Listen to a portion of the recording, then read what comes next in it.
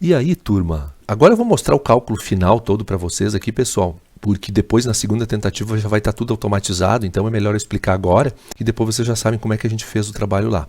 Bom, vamos dizer que, apesar dessas restrições, né, eu fui lá com o meu pessoal de qualidade e botei umas lonas, fiz um toldo e consegui armazenar, apesar de estourar o meu estoque. Eu dei um jeito para isso aqui ser contornado. E também fui lá e dei uma enrolada lá no meu gerente financeiro e disse para ele, cara, olha, esse cliente é importante, quem sabe dessa vez a gente deixa a gente passar um pouco o estoque médio, e ele não gostou muito, mas vamos dizer que então, em função da importância do cliente, né, o cara aceitou lá a minha enrolação. Nem sempre isso vai acontecer, pessoal. Às vezes a gente chega lá, não tem. Tá? Tu é gerente, tu tem que cumprir tudo que a gente determina. Bom, aqui, pessoal, então vem os registros MRP. Eu vou explicar um, que depois o cálculo é o mesmo para todos os outros. Observem aqui, ó, que quem comanda é essa linha aqui do PMP. Observem que isso aqui é o mesmo registro MP que vocês aprenderam lá no MRP 1. Tem recebimentos programados, cuidado. O cerne da questão está aqui, pessoal. Como eu aloco essas necessidades brutas? E vocês não precisam calcular. Tudo vocês tiram do PMP. A menos que o componente A na estrutura aparecesse com um númerozinho na frente. Não aparece. Então é 1 para 1. Então eu preciso, para montar um produto X, um componente A.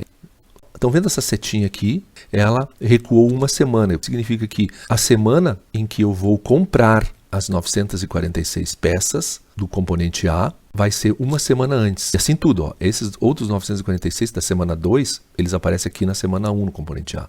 Vamos pegar um número diferente. 516, que é na semana 8, onde é que ele aparece? Na semana 7. E aí vocês devem estar pensando, tá, mas por que uma semana? Tem a ver com aquele cálculo de liberação? Não, não tem a ver com isso ainda. Isso é lá no final. Você nem se preocupe com isso agora. Tem a ver com isso aqui, ó, pessoal. A empresa desenvolveu o JIT junto aos seus fornecedores de modo que os lead times de compra são todos uma semana, independente da quantidade. Ou seja, os meus fornecedores, eles precisam de uma semana. Então, se eu fizer um pedido para a semana que vem, eles já vão começar a produzir hoje. Esse espacinho de tempo de uma semana eu tenho que considerar no meu plano. Você lembra que eu falei que o início aqui é segunda de manhã e o fim aqui é sexta de tarde. Na segunda de manhã, ele já tem que ter todos os componentes comprados e submontados para ele começar a trabalhar, porque senão ele vai ficar parado. Então, já no início da semana 2, ele já tem que ter à disposição todos os materiais necessários, que é toda essa turma aqui, para montar o produto X, que é o produto acabado. Então, o que eu faço para garantir que isso venha a acontecer? Todas as minhas compras têm que acontecer com uma semana de antecedência. Então, esses 946 que ele vai utilizar na semana 2, eles têm que ser produzidos pelo meu fornecedor na semana 1. Ou seja, lá na sexta-feira da semana 1, que é de tardezinha lá, 6 horas da tarde, os componentes já estão todos na minha empresa.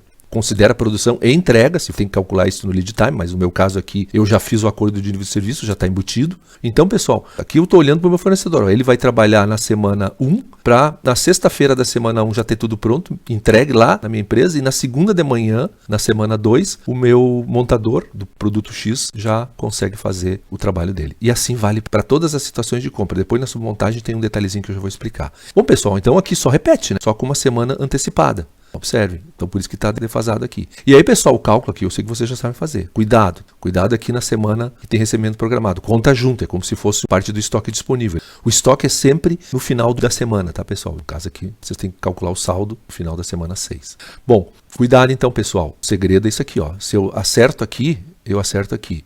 E a submontagem? Cuidado que tem uma por acompanhamento de demanda. Se lembram aquela historinha do Just-in-Time Kanban que eu falei para vocês, quase que peça a peça? Pois bem, vai acontecer agora, ó. Eu sincronizei, fiz um Heijunka aqui. Você lembra dos videozinhos do Heijunka? Tá tudo sincronizado. Aqui eu centralizei para vocês poderem ver o PMP e a submontagem no B. Então, observem a setinha, ó.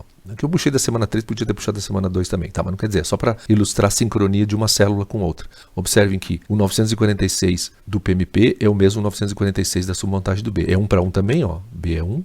Por quê? Porque aqui é peça a peça, aqui é acompanhamento de demanda. Falou acompanhamento de demanda, pode sincronizar. Não tenho que comprar aqui, é dentro da minha empresa. Né? Então, eu que organizo lá do jeito que eu achar. Se eu quiser que o cara leve peça a peça, se eu achar que tem tempo, se tem condições para isso, eu vou fazer. O importante é que daí com isso eu evito estoques. Na relação, esta operação com a montagem final está just in time perfeito, peça a peça ou pequenos lotes. Agora, posso ter algum inconveniente na questão de movimentação excessiva, mas isso é outra história.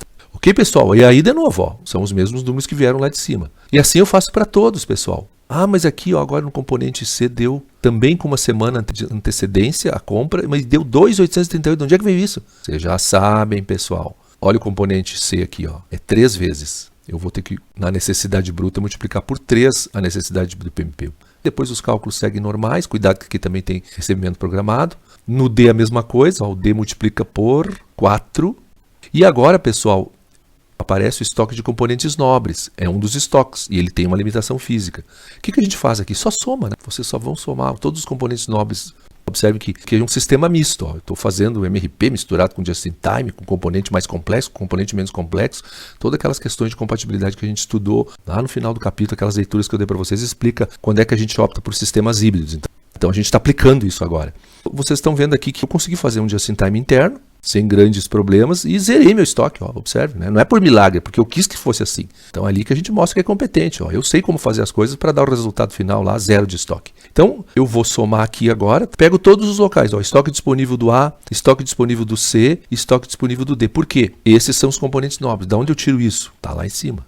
O estoque total de componentes nobres que são A, C, D, 6.364. Vamos ver se passou ou não. Aí eu vou fazendo coluna por coluna, tá, pessoal? Soma, soma, soma. Passou, nível máximo. Então aqui já teve um probleminha.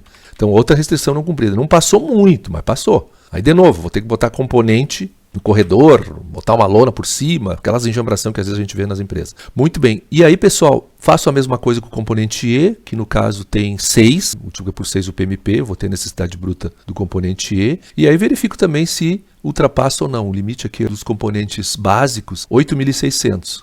Não passou, 8.600, estou dentro. Então, pessoal, é isso aí que vocês vão fazer. Observe que aqui eu não entrei nos detalhes do cálculo célula a célula, que isso é o trabalho de planeamento de vocês, porque os princípios vocês têm. Lhes falta o roteiro, mas aí com essa novelinha agora eu acredito que a coisa fica melhor esclarecida.